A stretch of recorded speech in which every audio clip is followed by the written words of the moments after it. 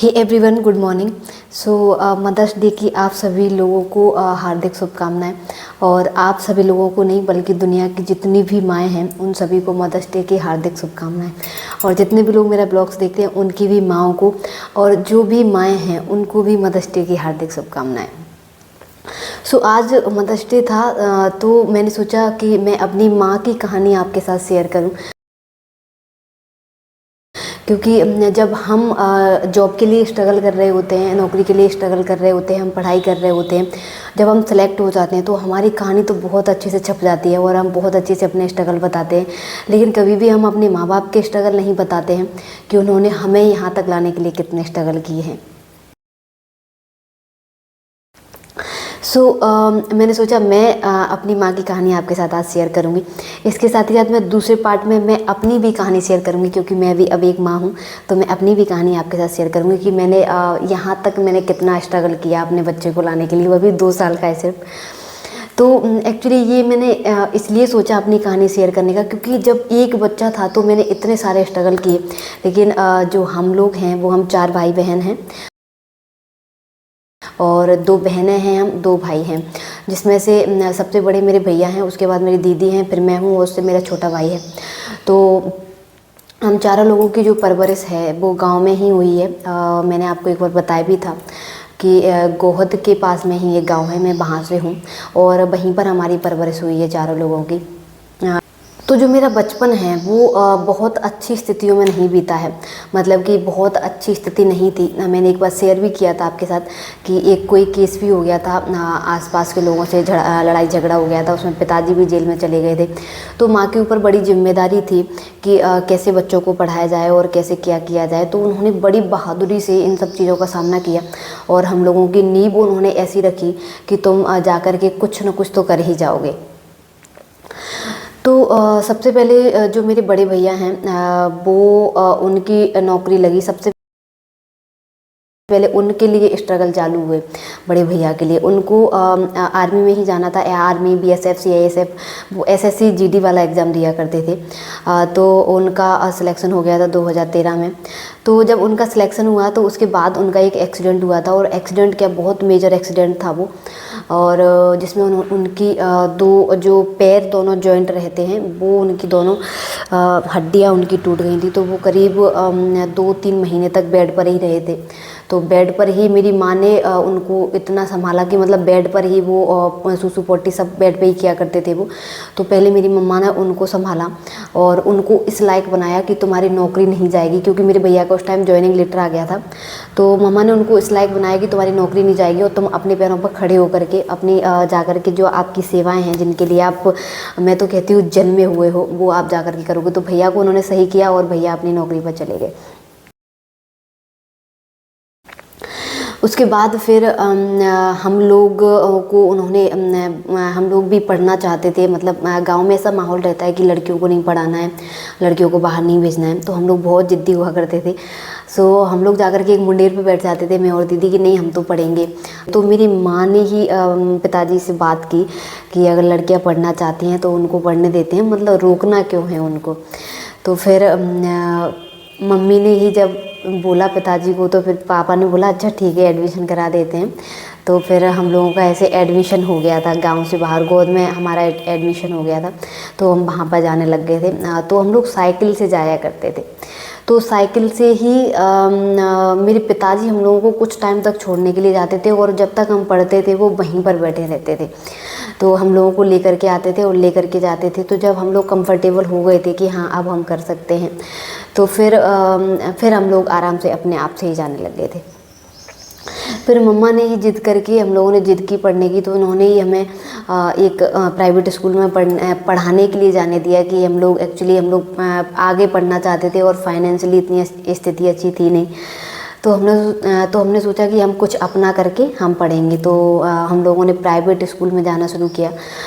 तो वहाँ पर भी मम्मी ने ही बात की कि चले जाने देते हैं, पढ़ाने में क्या दिक्कत है। तो ऐसे हमने बाहर जाके पढ़ाना शुरू किया। फिर हम लोगों ने जब ग्वालियर जाना चाहा पढ़ने के लिए, तो वहाँ भी मम्मा ने सपोर्ट किया कि नहीं इन लोगों को जाने देते हैं ग्वालियर में। पर हम जैसे ही ग्वालियर में पहुंच गए थे तो एक आध साल तक, हालांकि सिलेक्शन हम लोगों के एक आध साल में ही होने लग गए थे, लेकिन फाइनल सिलेक्शन हम लोगों को नहीं मिल पा रहा था। तो रिश्तेदारों ने भी कई तरीके की बातें की कि अरे वो तो लड़कियां हैं, वो तो ऐसे ही घूमती हैं, और उनको तो हमने थाने में बैठे हुए देखा है, मतलब पता नहीं क्या क्या कौन कौन सी फालतू बातें लोगों ने की। तो उनको सुन के भी मेरी मम्मा ने कभी ये नहीं बोला कि नहीं हाँ तुम लोग गलत हो। उन्होंने बोला कि हमें लड़कियों पे अपनी पे भरोसा है। तो फिर हम लोगों की, मतलब उन्होंने पढ़ाई बंद नहीं करने दी कि हम उनकी पढ़ाई बंद नहीं करेंगे। और जब भी हमें कहीं एग्ज़ाम देने जाना होता था तो हम लोग वहाँ एग्ज़ाम देने भी जाते थे, तो उसमें भी उनको कभी कोई प्रॉब्लम नहीं हुई कि नहीं कोई साथ में ही जाएगा। उन्होंने कहा कि अगर वो नौकरी करेंगी तो उनको दुनिया भी देखने दो, वो खुद अपना खुद से करेंगी। तो हम लोग बाहर भी जाने लगे और सिलेक्शन भी हो गया, फाइनल सिलेक्शन हो गया था। फिर दूसरा जो सिलेक्शन हुआ था मेरे घर में वो मेरा हुआ था। फिर मेरे बाद मैंने अपने भाई बहनों को, जो मेरी बहन और मेरे छोटा भाई था दीपू, उसको फिर मैंने उनको फाइनेंशियली सपोर्ट किया। तो फिर मेरी दीदी बड़ी ज़िद्दी थी, वो पढ़ने में थोड़ी सी कमज़ोर थी लेकिन ज़िद्दी बहुत थी वो। मतलब उन्होंने मेरे से पहले से तैयारी करना शुरू किया था, लेकिन उनको सिलेक्शन फाइनल नहीं मिल पा रहा था, लेकिन उन्होंने छोड़ा नहीं उस चीज़ को। और सब लोग घर पे बोलते थे कि इनका सिलेक्शन नहीं हो रहा है, चलो कोई बात नहीं, तुम्हारा नहीं हो पाएगा। लेकिन वो बहुत ज़िद्दी थी, वो बिल्कुल भी नहीं मानी जब तक कि उनका फाइनल सिलेक्शन नहीं हो गया। और वो भी कांस्टेबल हैं वो अभी। फिर उसके बाद जो मेरा छोटा भाई है वो कुछ नहीं कर पाया, क्योंकि वो शुरू से ही पढ़ने में कमज़ोर था और उसने शुरू से पढ़ाई पे ध्यान नहीं दिया। तो उसको फिर हमने सोचा कि कहीं ना कहीं तो इसको लगाना है हमें, क्योंकि उसका घर पे मन भी नहीं लगता था और गांव का माहौल भी इतना अच्छा नहीं होता है कि उसको गांव में छोड़ दिया जाए, क्योंकि कई सारे लड़ाई झगड़े और ये सारी चीज़ों में फंस जाता। तो इस कारण से उसको वहाँ से निकालना बहुत ज़रूरी था। तो हमने उसको वहाँ से निकाला और हमने उसको एक प्राइवेट जॉब मतलब दिलवाई, मतलब जो कि मेरे हस्बैंड ने दिलवाई थी, अंशुल ने। तो उन्होंने उसको भी प्राइवेट जॉब में सेट करा दिया, तो वो भी अभी प्राइवेट जॉब में है। तो ऐसे हम चारों लोग जो हैं वो बहुत अच्छे तरीके से सेट हैं। तो जो हम 3 लोग हैं वो गवर्नमेंट एम्प्लॉय हैं, मतलब कि मेरा भाई और दीदी और मैं, हम तीनों गवर्नमेंट एम्प्लॉय हैं। और जो मेरा छोटा भाई है वो प्राइवेट जॉब करता है। तो इन सब के पीछे कहीं ना कहीं हमारी माँ का ही एक स्ट्रगल था कि अब मुझे बहुत अच्छे से याद है जब हम बहुत छोटे छोटे हुआ करते थे और मम्मी को कहीं शादी में जाना होता था, तो मैंने उनको कभी नहीं देखा है कि उन्होंने कोई नई साड़ी ली हो।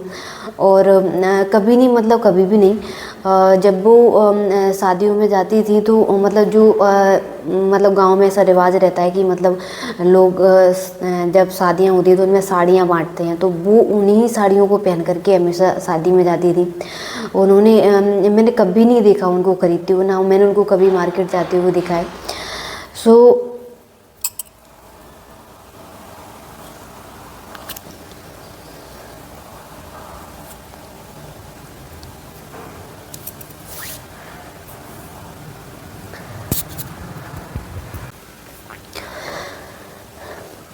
और आज भी वो बिल्कुल गांव में ही रहती हैं, बिल्कुल गांव की तरीके से ही अपना जीवन यापन करती हैं।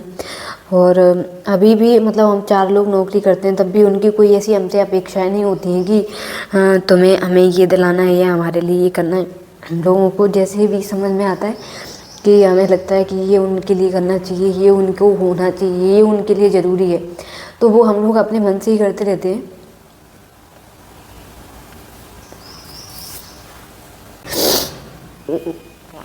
हालांकि पहले से अब उनकी जो लाइफ स्टाइल है वो बहुत अच्छी है, मतलब पहले जो कंडीशंस ख़राब रहती थी वो तो हालांकि नहीं भी होंगी, क्योंकि हम सभी लोग अब लगे हुए हैं नौकरी से, तो ऐसी स्थिति तो हम आने देने वाले हैं नहीं।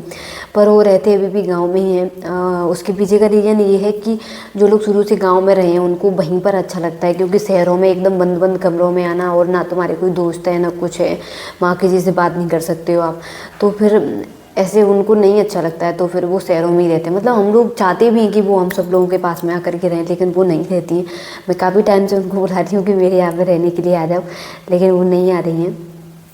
और अभी मैं बहुत ज़्यादा जिद करूँगी तो वो आ भी जाएगी, तो मैं आप लोगों को उनसे ज़रूर मिलाऊँगी। वो बहुत ही सीधी और बहुत ही भोली हैं। अभी भी मम्मी और दो पापा दोनों ही हैं।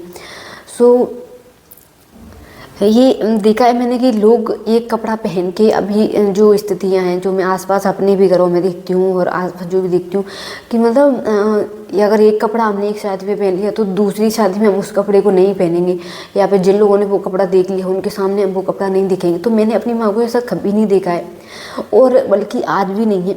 हम लोग, मैं और दीदी ही, जब हम लोगों को लगता है कि उनके लिए साड़ी खरीद के दे देते हैं, तो हम लोग ही उनके लिए साड़ियाँ खरीद के ले आते हैं दोनों। और जो मम्मी है वो मेरी बहुत करीब है, कि जब भी मुझे कुछ मतलब मेरा कुछ अच्छा काम होता है, या फिर अच्छा काम भी नहीं होता, जब भी मैं कुछ खरीदती भी हूँ तो मैं अपनी माँ के लिए ज़रूर खरीदती हूँ। जैसे कि अभी मैं साड़ी लेकर के आई थी, तो मैं अपनी मम्मा के लिए भी उसमें से एक साड़ी लेकर के आई थी। तो मुझे अच्छा लगता है, और वो मेरे बहुत करीब भी हैं। और मैं हमेशा ये कोशिश करती हूँ कि दुनिया में जितने भी लोग हैं, वो तुम उनके लिए कुछ भी कर लेना, वो तुमसे कभी खुश नहीं होंगे, लेकिन ये एक माँ और एक बाप ऐसे हैं, खास करके माँ, जो तुम्हारी बहुत छोटी छोटी तरक्कियों में तुम्हारे लिए खुश होगी और तुम्हारे लिए बहुत दुआएं मांगेगी। तो अपने माँ बाप को कभी किसी चीज़ से निराश मत करना। मैंने उनको कभी निराश नहीं किया है। मतलब जो भी मेरे डिसीजंस रहे हैं कि मुझे ये करना है, तो मैंने उनमें अपनी माँ को हमेशा इन्वॉल्व किया है, कि मतलब मैं ये कर लूँ क्या, मतलब मम्मा ये मैं कर लूँ क्या। तो मैंने ऐसे उनको हमेशा इन्वॉल्व किया है उन सब चीज़ों में। तो कहीं ना कहीं आज मैं खुश भी हूँ उन सब चीज़ों की वजह से, कि मेरे हर डिसीजन में वो रहती हैं कि नहीं, मुझे ये लगता है कि हाँ मैंने अपनी माँ से शेयर किया है, हाँ मुझे ये करना चाहिए, मम्मा को मैंने बता दिया है। तो मुझे ऐसा कुछ अकेलापन सा नहीं लगता। और वो मैं चाहती हूँ कि भगवान जब भी मुझे तरक्की दे तो वो मेरी माँ के साथ ही दे, और मैं उनके लिए बहुत कुछ करना चाहती हूँ। सॉरी, मैं बहुत इमोशनल हूँ अपनी माँ को लेकर के।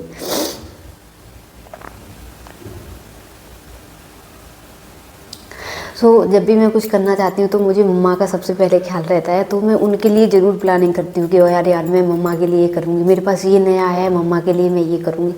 तो ये चीज़ें हमेशा मेरे दिल में रहती है। आज का ब्लॉग सिर्फ इसीलिए था ये, कि दुनिया में कई सारे लोग हैं जो आपकी खुशियों में आपके साथ हो सकते हैं, लेकिन एक माँ बाप ही हैं जो दुख में आपका साथ देंगे।